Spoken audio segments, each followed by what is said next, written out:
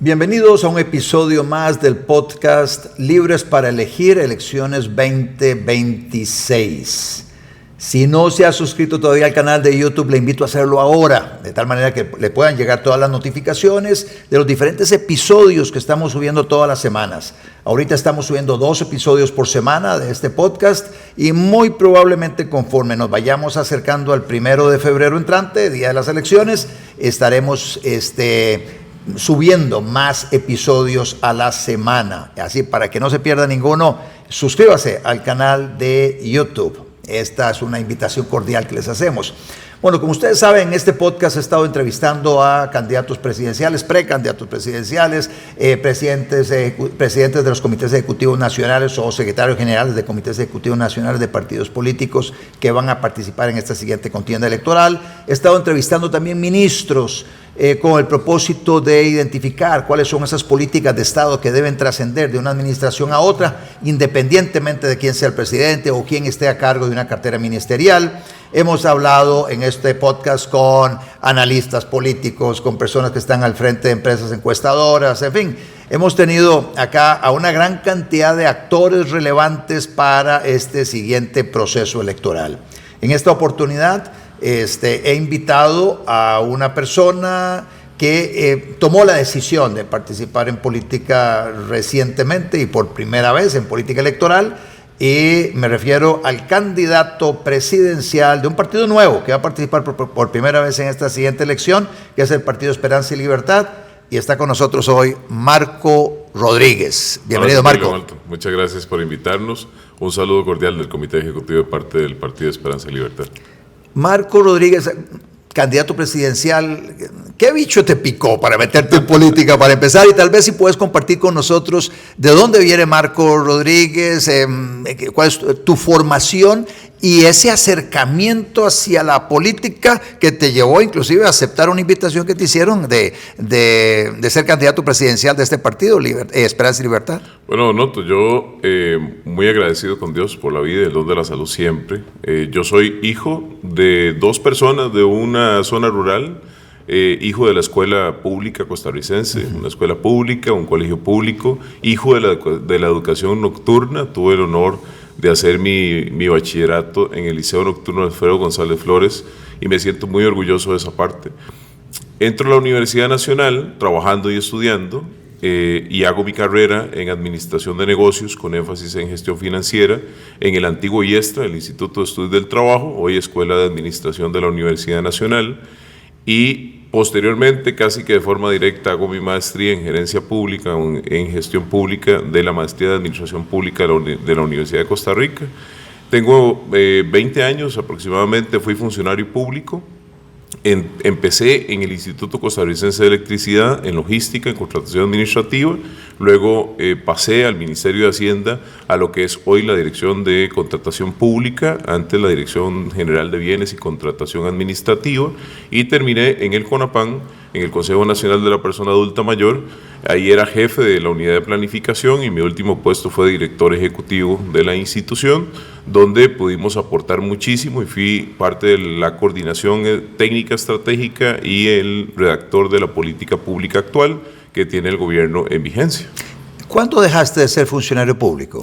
Enero del 2025. Enero de este año. Correcto. Y bueno, ¿y cómo te vinculaste con este partido político Esperanza y Libertad? Bueno, cuando yo salgo de la función pública, empiezo a generar mi propia estrategia de negocio para poder alimentar a mi familia, que es lo más importante. ¿Estás de consultor ahora? Sí, estoy de consultor. Fui profesor universitario por más de 10 años en la Universidad de Costa Rica, en la cátedra de maestría de la Universidad de Costa Rica en gestión pública, y fui consultor también del CICAP por más de 14 años.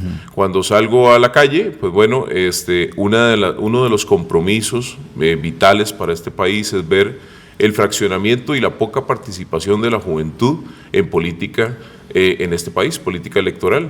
Cuando dice fraccionamiento es porque se reparten los apoyos en diferentes partidos políticos, o del todo hay una fractura entre el involucramiento de los jóvenes con la política. Totalmente, porque no se sienten vinculados, no se sienten comprometidos, no tienen alguna opción juvenil donde se puedan ver atraídos para poder participar activamente, y también hay una realidad enorme en los partidos políticos, que es el tema del financiamiento, ¿verdad? Para poder vincular a todas estas gentes, estos liderazgos, estas acciones.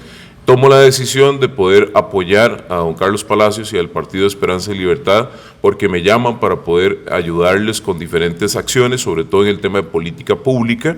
Al haber redactado yo la política pública, pues entender un poco cómo se maneja la estructura del Estado, y creo que es una carta que don Carlos, en su invitación con mucho estilo, trata de incorporar una persona joven. Yo tengo 39 años a este haber, y tengo casi 20 años de experiencia en la función, y tengo más de 25 años de trabajar. Entonces, ahí es donde comienzo yo a vincularme con la estrategia del partido, a apoyar los comandos de campaña, a apoyar un poco el tema de la estrategia, en la redacción del plan de gobierno, que todavía estamos en ese proceso.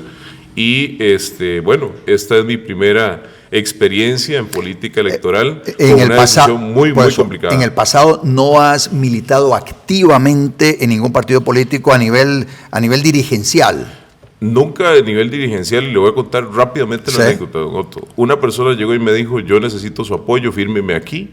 Esa persona no queda candidata de alcaldesa por mi cantón, que es Santa Bárbara de Heredia, y quedo de síndico, yo sin darme cuenta, sin hacer ningún esfuerzo, sin hacer ningún trabajo local, y me tocó trabajar los 6 años que hubo en la estructura en aquel momento por un partido político X, donde yo no tenía ninguna militancia política. Esa fue mi primera mala experiencia política, y a partir de ahí nunca más volví a trabajar con ningún otro partido político. Yo conozco a Carlos Palacios hace muchísimos años, tengo una muy buena relación con él, y menciono a Carlos Palacios porque la gente que nos está mirando en este podcast tiene que saber que quien estuvo liderando la inscripción del partido político Esperanza y Libertad es don Carlos Palacios. Correcto. Que es un empresario vinculado a empresas de seguridad privada. No sé si tendrá algunas otras actividades económicas, pero yo lo conocí como empresario de la seguridad privada. ¿Cómo llegas a conocer a Carlos Palacios, que es candidato a vicepresidente, dicho sea paso, en el partido Esperanza y Libertad? Lo llevamos en la nómina, y yo creo que es lo mínimo que don Carlos merece después de tanto esfuerzo y un corazón de patria que tiene y democrático por este país y que tanto ama. El comité ejecutivo eventualmente comienza a buscar algunas de las fichas que tienen experiencia y que ya no se encuentran en función y que podrían comprometerse eventualmente política, y entiendo que uno de sus asesores es quien me contacta para poder vincularme a la estrategia del partido. Me pareció un partido remozado, un partido con mucha experiencia en el tema de que don Carlos no solamente ha participado en este proceso electoral, y creo que ha tenido varias experiencias en el pasado que él podría eventualmente trastocar. Y me gustan por 3 cosas, don Otto. Primero, usted para poder entrar a la estructura del partido tiene que pasar el polígrafo. Entonces es gente que tiene que comprobar la probidad. Número 2, que usted debe estar siempre atento a que le abran sus cuentas, a que le vean su vida privada, a que se encuentre, porque la seguridad sobre el ciudadano es primordial. Y lo tercero, la cordialidad con la que se pueden llegar a acuerdos en el tema de la mesa de discusión. Y eso a mí me llama poderosamente la atención, porque no es un partido común. Yo no vi pleitos. La Asamblea General nuestra fue el 31 de agosto, este domingo pasado. Y es muy importante ver cómo la gente tiene muy claro hacia dónde va, cómo lo quiere hacer, el trabajo de las comunidades, el trabajo local, y sobre todo apoyar las candidaturas de este partido, que es gente que conoce la realidad local, que eso cuesta muchísimo. Número 2, que es muy honesta. Y 3, que son personas que siempre han estado vinculadas no por partidos políticos, sino por preocupaciones ciudadanas a problemas específicos que conocemos en las localidades. Entonces don Carlos ha tenido un liderazgo muy connotado, y veo que este partido me gusta, me vinculo ya al proceso, digamos, electoral, y trato de apoyar en todo lo que sea necesario. Y ahora, pues bueno, como candidato presidencial tomado por el comité ejecutivo, que me siento muy contento, muy agradecido con ellos por su voto de confianza, el poderle dar a Costa Rica una opción clara sobre temáticas específicas que nosotros queremos abordar, y que hemos visto que el trabajo que se ha venido haciendo de diferentes gobiernos no ha sido del todo malo. Hay algunas cosas que hay que rescatar, pero hay algunas cosas que hay que mejorar en el proceso de las propuestas, y la gente, aunque no cree en política, yo creo que hay que hacer estos esfuerzos, don Otto, democráticos, de que la gente pueda vincularse al voto nacional y poder creer no en la política, en que su voto cuenta en la democracia y se le va a tomar en cuenta para poder ver las problemáticas, el abordaje, las necesidades, y con un plan estratégico claro sobre las mediciones específicas, saber hacia dónde debemos apuntalar en las prioridades. ¿Ya definieron los candidatos a diputados en las 7 provincias? Ya están definidos completamente. Ya escogidos y ratificados por la Asamblea Nacional. Así es. Ok. Mencionaste que están trabajando en el plan de gobierno, correcto, pero no sé si puedes adelantarnos algunos de los temas, sin perjuicio que más adelante en otra entrevista vayamos a entrar en profundidad sobre el plan de gobierno, pero por lo menos cuáles son los temas principales que ustedes consideran debe abordar ese plan de gobierno, y cuáles serían más o menos algunas acciones que ustedes acometerían para atacar los problemas que ustedes señalan como más relevantes para el país. No solo tomar a don Carlos Palacios como el presidente del partido en la vicepresidencia, en la primera vicepresidencia del Estado, sino porque es experto en seguridad. Y esto es un tema primordial que va a estar vinculado a nuestro plan de gobierno, sobre todo porque hay que rescatar el Comité de Seguridad Nacional, que se ha hablado mucho tema, digamos, en el tema de gobierno y cómo se maneja la estructura a nivel de la gobernabilidad del país. Pero este es un tema primordial que vamos a tocar nosotros, sobre todo en la vinculación que tienen las propuestas del partido hacia la mejora de la seguridad ciudadana. El primero es el Centro de Monitoreo Nacional, que vamos a tratar de colocar, y si es necesario llevarlo a la Asamblea, buscar la operatividad necesaria para que esto suceda. Este Centro de Monitoreo Nacional nos ayudará muchísimo a poder encontrar cuáles son los puntos focales de la criminalidad en Costa Rica y poder atacar eventualmente estas situaciones. El marchamo de seguridad local es una propuesta muy interesante, donde vamos a incorporar las tecnologías, el proceso del MISIT y algunos otros ministerios que tienen que incorporarse a esta estructura, y algunas instituciones que tienen que ver con telecomunicaciones eventualmente, que tenemos que discutir eso en la palestra. Y también colocar los radares de monitoreo, no solamente en nuestro territorio nacional, sino en el mar territorial, don Otto. Nosotros somos muy grandes, no somos 51.100 kilómetros cuadrados, y usted y yo lo sabemos. Si llegamos hasta nuestra zona limítrofe con Ecuador, a través de la isla del Coco, sabemos que hay muchísimo trabajo que hacer, y mantener los acuerdos internacionales de relación para el tema de seguridad. El segundo gran tema que tenemos para nosotros es la educación nacional, y aquí sí debería yo hablar de rescate de la educación nacional. Nosotros tuvimos el honor de tener todavía maestros de la escuela normal.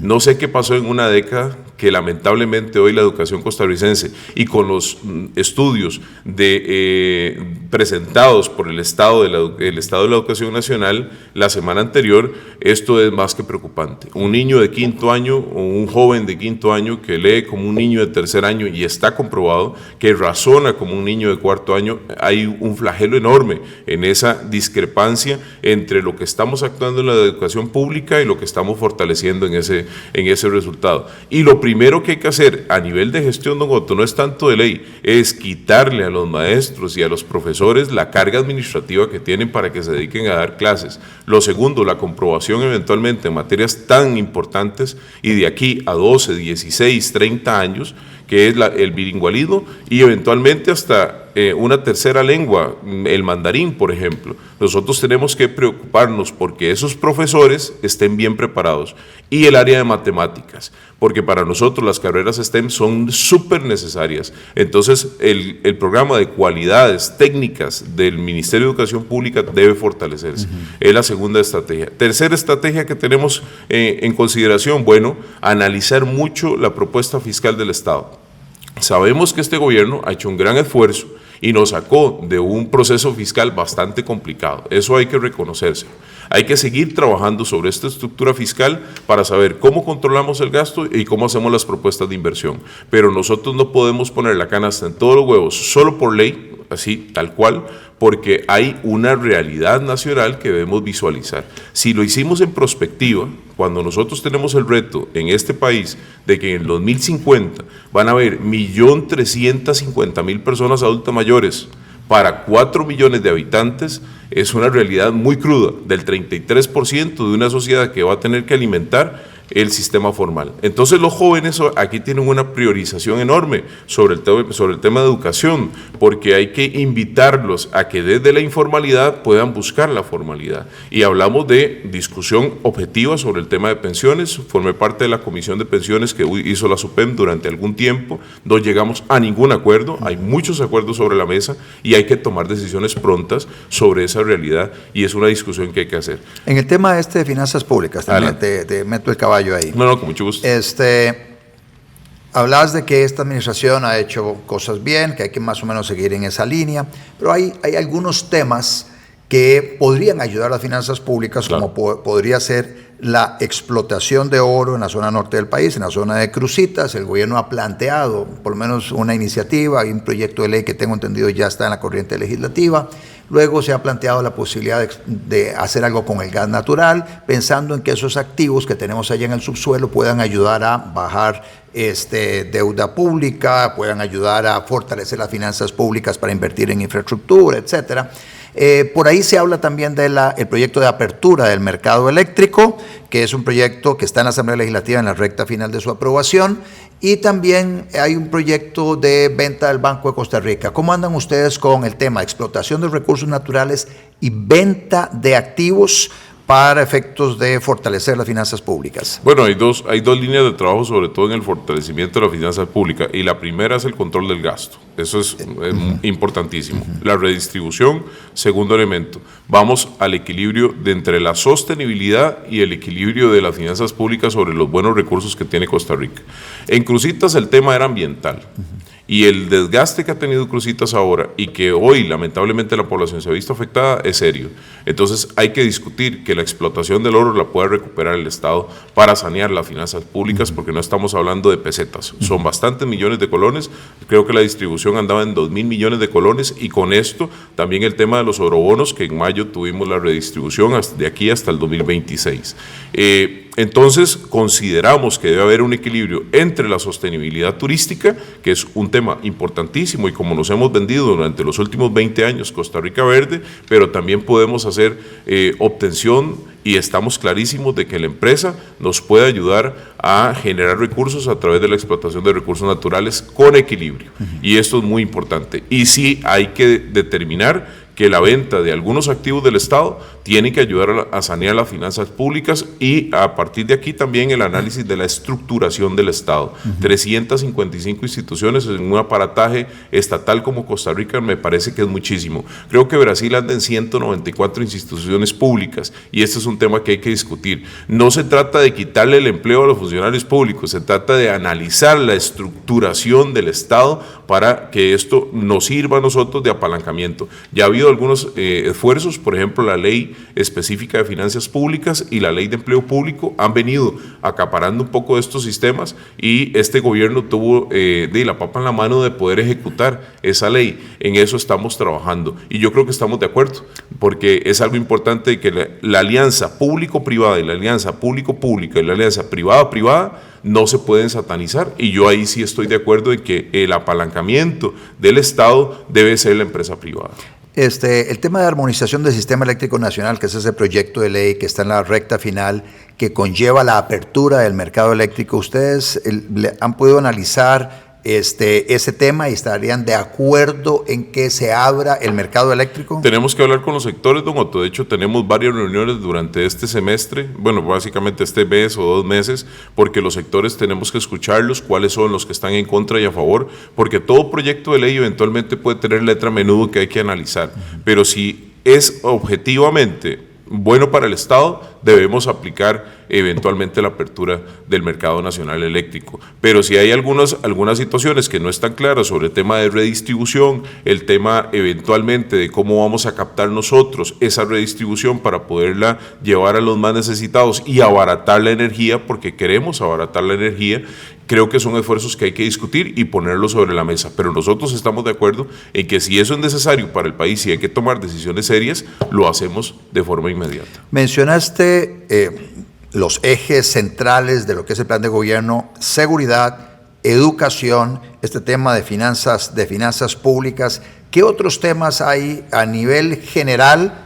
Nuevamente, como te mencioné anteriormente, tendremos oportunidad de analizar el plan de gobierno, ahí me lo facilitarán ustedes, lo leeré y luego haremos un programa solo sobre el plan de gobierno específico. Pero bueno, ¿qué otra idea general hay en ese plan de ustedes? Tenemos que rescatar las tres Costa Ricas, don Otto. Hay tres realidades enormes en Costa Rica. Está la Costa Rica central, donde estamos la mayor cantidad de personas, donde tenemos la mayor cantidad de recursos y la mayor cantidad de posibilidades de empleo y empleo digno. En la gran área metropolitana. Ni siquiera hablar de la GAM, porque habría que distribuir distritos, cantones y ver cuáles son más pobres. Pero es una gran realidad. La segunda gran realidad es la Costa Rica urbana.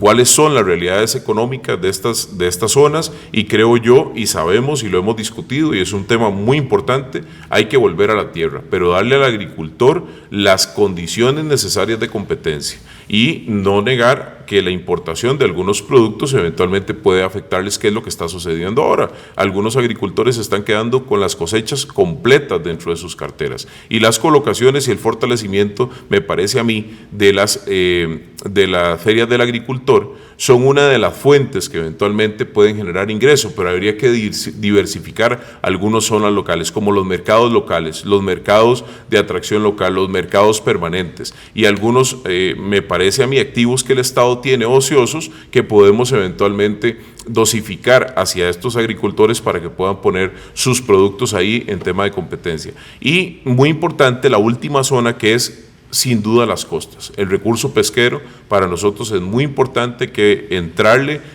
al Incopesca, al analizar eventualmente cuáles son estas concesiones, y el pescador nacional también merece una oportunidad objetiva sobre ese desarrollo. Pero aquí hay que entender, la marina en Limón es urgente, para nosotros en infraestructura es necesaria, la marina en Puerto Caldera también es urgente, o sea, el desarrollo local, estamos copados, ya creo que estamos en el 98% de capacidad en el tema portuario, y hay que ser diferentes, hay que discutirlo y ponerlo en la palestra con proyectos bien ejecutados, bien analizados. Hay que desentrabar el Mideplan para el proceso de inscripción de proyectos y llegar a la asamblea con un proyecto afable, para no decirlo de otra manera, pero sí hay que discutirlo en la Asamblea Legislativa que se den estas oportunidades. Respetuosos, don Otto, aquí es muy importante, de todas las cualidades de los poderes del Estado. Y la participación aquí de la Contraloría es muy importante, porque ha sido uno de los temas que hay que discutir. No venimos a dinamitar puentes, venimos a crear discusión sana, conclusiones sanas y ejecutar los proyectos que podamos ejecutar. Pero hay que rescatar todas estas zonas para el sector privado y el sector público. Uno de los temas que ha caracterizado a esta administración es el de apostarle a la profundización de la integración de Costa Rica en los mercados mundiales. Claro. Y es así como se sacó del archivo el proceso de incorporación a la Alianza del Pacífico, y se está impulsando el acuerdo transpacífico, y por otro lado también el Tratado de Libre Comercio con Emiratos Árabes, el Tratado de Libre Comercio que está muy adelantado con Israel.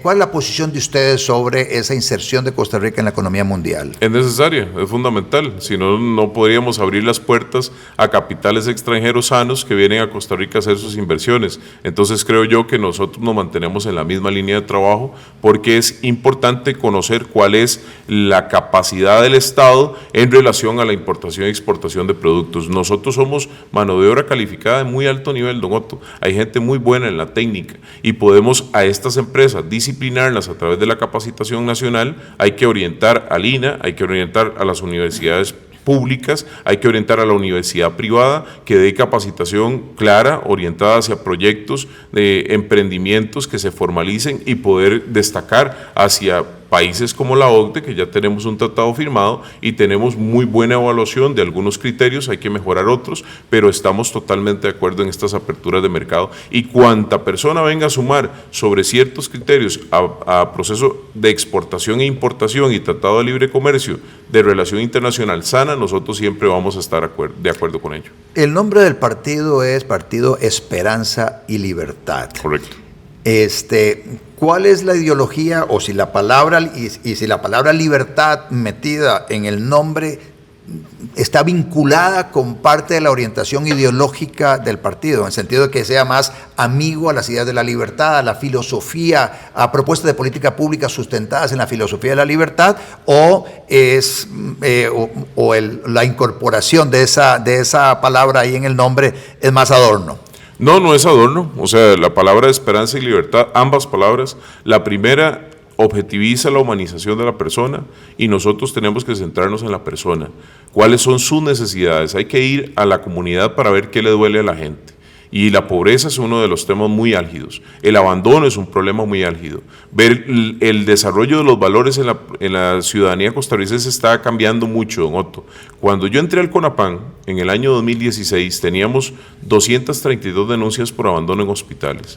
Cuando yo salí del CONAPAN este año, teníamos aproximadamente 1.500 denuncias de abandono de personas en hospitales. Esto no puede darse sobre el tema de adulto mayor. Y no es que si es productivo o no es productivo, es un tema de dignificación de la persona. Ese es el primer elemento. Y esperanza significa que hay una Costa Rica diferente que podemos educar y la juventud y la niñez tiene que tener una perspectiva distinta de lo que va a vivir dentro de los próximos 30 años. Nosotros no somos un partido de 4 años, don Otto, nosotros somos un partido en prospectiva para que pueda mantenerse y colocarse las bases que ya han venido haciendo otros para que sigamos creciendo y trabajando en esa catapulta general de buenas oportunidades en Costa Rica. Esta niñez, esta adolescencia necesita mejores oportunidades en este país y bien pagadas. Es muy necesario. La empresa privada tiene que sentirse necesariamente apoyada y nosotros no estamos de acuerdo con nuevos impuestos, estamos de acuerdo en administrar los que tenemos de forma adecuada para que sean las catapultas estatales las que veamos en análisis. La discusión eventualmente de las cargas sociales es algo que hay que llevar a la palestra y es muy importante para nosotros. Entonces aquí entra el segundo elemento, el tema de libertad. Somos un partido de centro derecha donde defendemos la vida desde la concepción hasta la muerte natural y es importante para nosotros y va a ser así siempre, defendiendo la dignidad de las personas, pero sobre todo el poder ver que la empresa privada es quien debe manejar eventualmente catapultas estatales para el desarrollo de este país y nosotros creemos en que hay empresas honestas en que pueden llevar esto adelante, pero sin dejar claro que hay una ley que hay que cumplir, una ley de control interno, hay ley de colusión, hay ley de corrupción y hay que manejar estos aspectos desde la funcionalidad del Estado estructural y es un tema de gestión, es un tema de atacar la gestión. Si ponemos nuestros mejores elementos en las instituciones, sabemos que esto va a sanear como lo han hecho algunos otros gobiernos y esto no se trata de pelear con unos o con otros, es que si se han hecho bien las cosas hay que reconocerlo. Yo no voy a atacar a un partido por su ideología, no, nosotros somos respetuosos de todas las ideologías y creemos que todas las personas vienen a sumar, pero nosotros venimos a sumar a personas en los partidos que vienen a crear una Costa Rica diferente. No porque usted tiene una ideología A o B, eso no importa, pero nosotros en Esperanza y Libertad tenemos muy claro que primero está la persona y segundo está la capacidad de toda la estructura para poder dignificar a esa persona. Y se trata de un proceso estructural bastante complejo, pero tenemos las agallas, el conocimiento y la técnica para poderlo desarrollar de forma adecuada. Muchas gracias, Marco Rodríguez. Para servirle. Un mensaje final para las personas que siguen este podcast, Marco. Segundo, que hagan civismo, que hagan democracia, que salgan a votar, que ojalá el abstencionismo no nos gane, que es muy importante para nosotros, pero por sobre todo el mensaje final para mí sería a ustedes, personas que están viéndonos, que nosotros queremos dignificar a la Costa Rica, que este partido particularmente quiere dar esperanza a las personas desde el corazón, desde el alma y una libertad diferenciada donde usted pueda decir, me siento seguro, me siento segura, puedo trabajar, puedo hacer las cosas bien, pero por sobre todo, salga a votar. No salga con la esperanza de que eventualmente ningún partido funciona, ningún partido sirve. No, la política es una forma de democracia muy buena y que nosotros tenemos que dar el ejemplo. Pero por sobre todo, ustedes jóvenes, no se dejen amedrentar, sigan adelante, sigan dando la batalla, vamos a trabajar por ustedes y ustedes, personas adultas mayores, personas con discapacidad, personas vulnerables, no duden que nosotros vamos a sacar el escudo para poder ayudar, para poder estar, para poder trabajar por usted y somos un partido que va a ir a regar zapato por todo Costa Rica, aunque no tengamos ningún recurso económico para poder hacerlo.